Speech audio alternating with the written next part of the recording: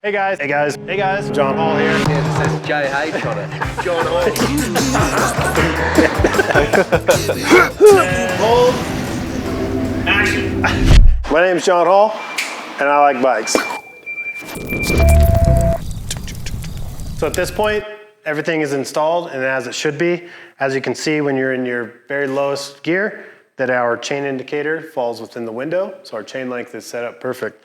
Next thing you want to do is set your low and your high limit screws with your 3mm Allen. I start with the high first, and a good way to make sure that you're set correctly is pedal while you're doing it. And I turn it in to actually force the shifter to shift up. When doing this, you want to make sure you have your haul lock off and your clutch off. Makes the system quite free and able to move up and down nicely. So once you've shifted it manually using the high limit screw up one gear and back it off until it falls down in that gear, and you've got no weird chain noise coming from there, almost like too much cable tension would sound like, so it's nice and smooth.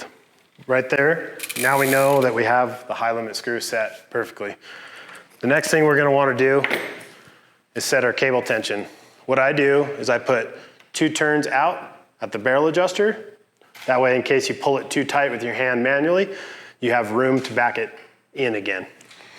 Now we're going to set it down here with our 5mm. Pull the cable tight with your hand.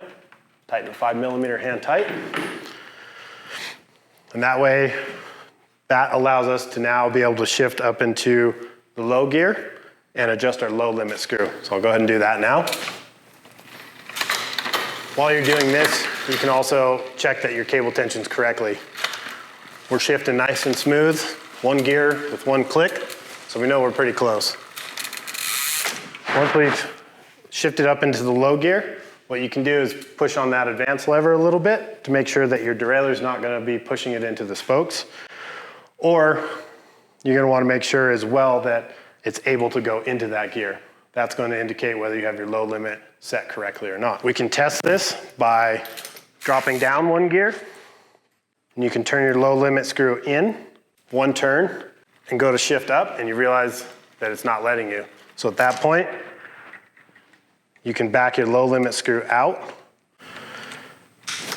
until it allows you to get that one click up. As you can see, it's still not allowing it to go. So what we're going to do is back it off just a little bit until it climbs up in there by itself. Don't go too far, because then you're going to be able to allow your system to shift your chain into your spokes. Nobody wants that. That's a bad day. So right now, we know that we've got our high limit screw set, our low limit screw set. Our cable tension is good so far. We can double check cable tension now by running up and down the gears a couple times.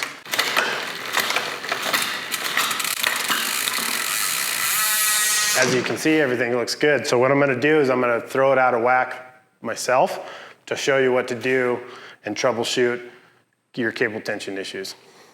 So what I'll do is I'll take too much cable tension off.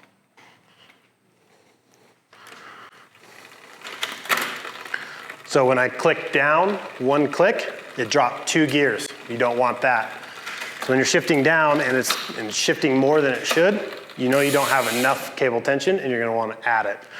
Vice versa, as you shift up the gears and you do one click like this,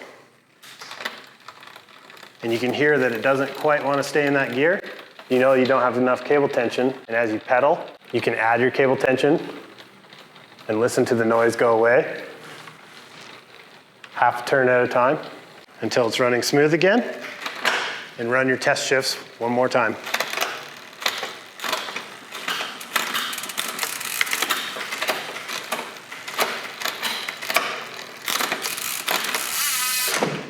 So just as a breakdown, in terms of cable tension, if you're shifting into a higher gear or down the cassette, and it's not wanting to go down into your gear, you have too much cable tension. On the other hand, if it's going down 2 gears with one click, you have not enough cable tension and you'll want to add it half a turn at a time until you find just the sweet spot. Once you've got your cable tension dialed, as we do now, the final 2 steps you're going to want to do, turn your haul lock on, and turn your clutch on. One of the final adjustments you're going to want to check is your B tension. Your B tension bolt is here. Also going to want to adjust that with your hall lock off. When you put it up in your easiest gear or the lowest gear, check the distance between tooth on your cassette to the top pulley. You want those to be fairly close, but not too far away. There's no exact science in there. If they're too close, they run into each other and your shifting won't work right. If they're too far away, your chain won't drop down your cassette correctly. So as long as you're in a good happy medium spot there, and then all the way down in your hardest gear, check your chain length indicator, and if you're still within that window, you should be all set to go. Again, flip that hall lock back on, make sure your clutch is on, give it a couple good test shifts up and down the cassette. And you know everything's good when you have a good smooth shift. Your pulleys aren't running into each other. One click equals one shift. You can also give it a good dump test.